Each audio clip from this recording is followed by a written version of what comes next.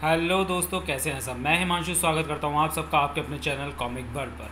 तो दोस्तों, आज मैं लेके आया हूं आप सबके लिए राज कॉमिक्स में डोगा और शक्ति का 2 in 1 कॉमिक विशेषांक डोगा शक्ति।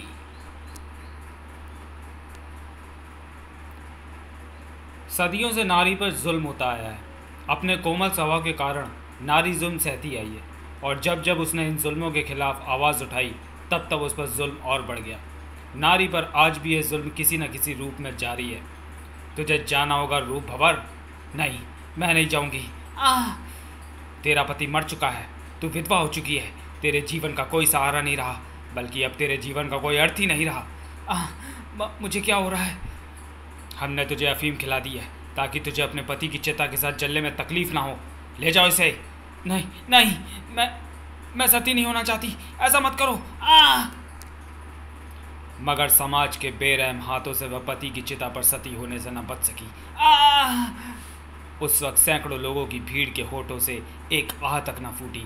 कोई हाथ उसे बचाने को आगे न बढ़ा था। जुल्म की ये कहानी सिर्फ रूप भंवर तक ही सीमित नहीं है। आधुनिकता का दम भरने वाले पुरुष के हाथों मजबूर स्त्री को बंद कमरों में भी जलाया जा रहा है। आग बचाओ। दुल्हन को दहेज मानकर लाई गई लड़की की करुण चीखें सुनकर आज वो दिल दहल नहीं रहा है, जो शादी के फेरों के पवित्र बंधन की 7 कस्मों से बंधा है। बचाओ बचाओ। मासूम चीखें दीवारों से सिर टकराकर दम तोड़ रही हैं। मगर पुरुष के लिए जैसे वो एक खेल है, क्योंकि एक चिता की आग ठंडी भी नहीं होने पाती और उसका ये घिनौना खेल फिर से शुरू हो जाता है। ओम विष्णुआय नमः। पुरुष को जन्म देने वाली नारी को हे दृष्टि से देखा जाता है तब जब वह कन्या को जन्म देती है। कन्या की ज़िंदगी का सौदा चंद रुपयों में कर दिया जाता है। किसी को कानो कान खबर नहीं होनी चाहिए डॉक्टर। पर जब उस पाप की भनक उस माँ को लगती है जिसने अपना खून पिलाकर उस फूल को सींचा था, तो दहल जाता है उसका सीना। ये क्या कर रहे हो डॉक्टर, इसे कैसा इंजेक्शन दे रहे हो। इंजेक्शन देना ज़रूरी है चंदा, तुम ज़्यादा मत बोलो। मगर ये तो इंजेक्शन लगते ही बुरी तरह से तड़पने लगी है, इसका जिस्म ऐंठने लगा है। इसे मुझे दो। और ये तो मर चुकी है।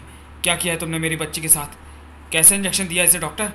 मासूम नवजात बच्ची व पुरुष के जुल्म की इस पराकाष्ठा से तड़प उठी एक माँ।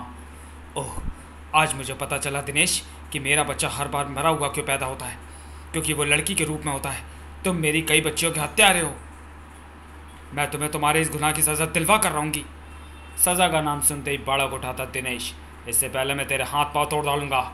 ओह, सुहाग की चूड़ियों को चकनाचूर करते चले गए दिनेश के हाथ। एक बेटा तो दे नहीं सकी, उल्टे मुझ पर ही गुर्राती है, मुझे सज़ा दिलवाने की धमकी देती है। हिंसक हो चुके दिनेश ने नोच डाली उसकी बिंदिया भी। उसके चेहरे के चप्पे चप्पे पे उस वक्त वहशियत टपक रही थी। जान से मार डालूंगा मैं तुझे।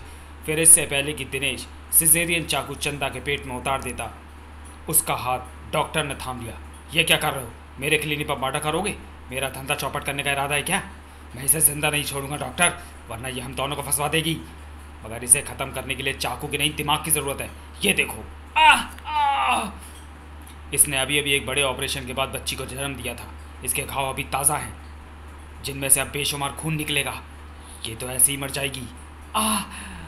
पीड़ा से छटपटाता उसका चेहरा खिंचकर बेहोशी की चादर लपेटता चला गया। तब अब क्या करे डॉक्टर, मैं एम्बुलेंस का इंतज़ाम कर देता हूँ, तुम इसे इसी हालत में मौत की काली घाटी में ढकेलाओ। अब यही इसका इलाज है और यही इसका अंजाम भी। अपने अंजाम से नहीं थर्रा रहे थे उनके जिस्म। अपने कुटिल इरादों से इंसान कितनी भी कोशिश क्यों ना कर ले, वो कुदरत और उसकी शक्ति से नहीं टकरा सकता। छपाक, हवा साए साए कर चल उठी। हवा की तीव्रता ने जैसे झंझोर डाली खंडर हो चुके उस प्राचीन मंदिर की दीवारें। टन टन टन टन। उन मजबूर और बेबस हाथों ने उन आवाज़ों को और भी प्रचंड रूप दे दिया। टन टन। उस आवाज़ के रूप में जैसे समस्त स्त्री जाति के क्रोध की ऊष्मा भर गई थी। आह माँ, आह, पत्थर की मूर्ति से बाहर आकर देख देख, ममता के छलनी कर दिए सीने को। मेरी तो एक बच्ची पर जुल्म ढाया गया तो मेरी छाती पीड़ा से फट गई, मगर तेरी तो लाखों बेटियों पर जुल्म ढाया जा रहा है, नोचा जा रहा है उनके सुहाग चिन्हों को। तू तो जगत माता है, क्या तुझे पीड़ा नहीं होती माँ। अगर तू सिर्फ मनुष्य की कपोल कल्पना नहीं है तो फिर क्यों नहीं अपना आवरण तोड़कर प्रकट होती? क्यों नहीं नारी जाति की रक्षा के लिए भेजती कोई ऐसा अवतार जो पुरुषों के हाथे नारी ये पल पल होते अपमान व जुल्म को मिटा सके? पर नहीं, तू ऐसा कुछ नहीं करेगी। इस समाज में नारियां पति की चिता के साथ जिंदा सती की जाती रहेंगी, दहेज की आग में जलाई जाती रहेंगी, उनकी कोख को लहूलुहान किया जाता रहेगा, मासूम बच्चियों के जन्म से भी पहले उनकी हत्याएं की जाती रहेंगी।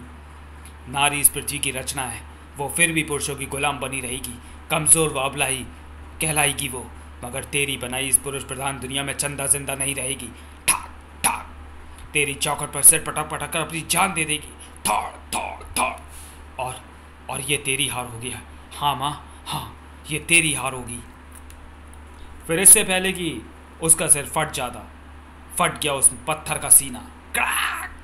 कहते हैं सच्ची पुकार तो बारूद से भी ज़्यादा शक्तिशाली होती है। आह के आंसुओं में प्रलय मचा देने की भी ताकत होती है। और आज ये कहावतें सच होने जा रही थीं। एक अलौकिक प्रकाश से मंदिर का चप्पा चप्पा प्रकाश में हो उठा। संपूर्ण पवित्रता का एहसास लिए गूंज उठा वो देवी स्वर। ठहर जा पुत्री, देख, तेरी पुकार की शक्ति मुझे यहाँ खींच लाई है। चंदा की आंखें अविश्वसनीय भाव लिए फैल गई थीं, मानो कोई दिव्य स्वप्न देख रही हो।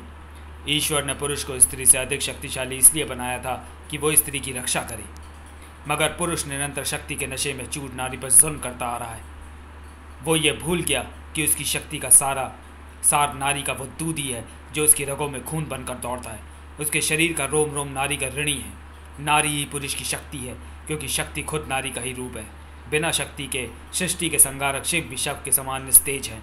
इसी सत्य का आभास शक्ति के मद में चूर पुरुषों को कराने के लिए पुत्री चंदा तुझे बनना ही होगा।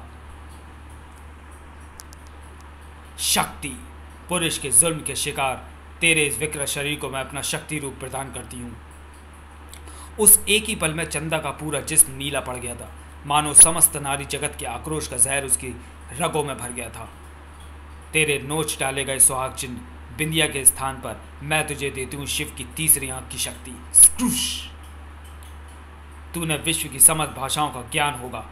अफ्रीकी, जापानी, हिंदी, चीनी, लैटिन, अंग्रेजी, नेपाली, रूसी। पृथ्वी की प्रत्येक नारी से तेरा संपर्क होगा।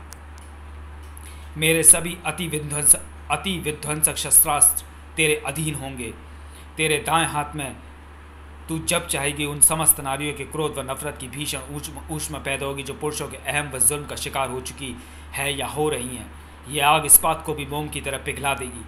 किसी भी धातु को उस वक्त तू मन चाहे शस्त्रास्त्र में परिवर्तित करके अपराधी पुरुषों को सजा दे सकेगी। अब तू शीतल चांदनी बिखेरने वाली चंदा नहीं, पुरुष के अहम को चकनाचूर कर देने वाली आग शक्ति है। शक्ति, हाँ, यही आज से तेरा नाम होगा। शक्ति। टन टन टन। उसका चेहरा उस वक्त ऐसे भभक उठा जैसे पृथ्वी के गर्भ में दबा कोई लावा ज्वालामुखी का मुंह फाड़कर बाहर आने वाला हो। अभी मंदिर से बाहर जाने के लिए एक कदम ही उसने उठाया, आगे बढ़ाया कि उस चीख की आवाज़ से जहाँ का तहाँ जाम हो गया वह कदम। बचाओ!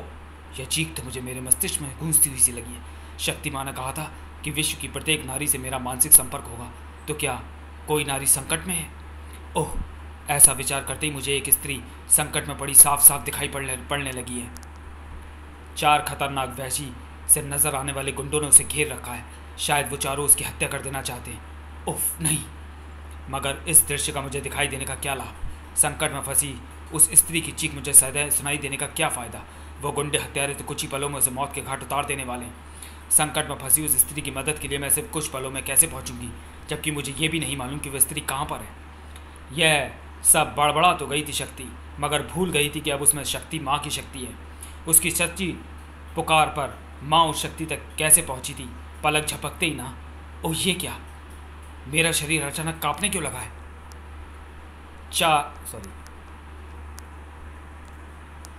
यह क्या, मेरा जिस प्रकाश में परिवर्तित हो रहा है, उस प्रकाश में जिसकी गति 3 लाख किलोमीटर प्रति सेकंड है। इधर अपराध के भूखे कुत्ते मासूमियत की कोमल चमड़ी को उधेड़ डालने के लिए बिल्कुल तैयार थे। हम भूखे कुत्ते हैं, हमें भूख लगे तो हम इंसान का मांस नोच डालते हैं। तेरे पति के तो हाथ काट कर सलीब पर टांग दिया हमने, तेरी ज़बान भी काट डालेंगे।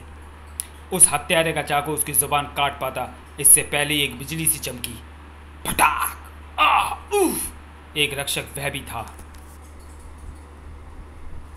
तो चलिए दोस्तों, वीडियो को यहीं समाप्त करते हैं और मिलते हैं डोगा और शक्ति के 2-in-1 कॉमिक विशेषांक डोगा शक्ति में, डोगा शक्ति के दूसरे भाग में अगले वीडियो में। तब तक के लिए धन्यवाद।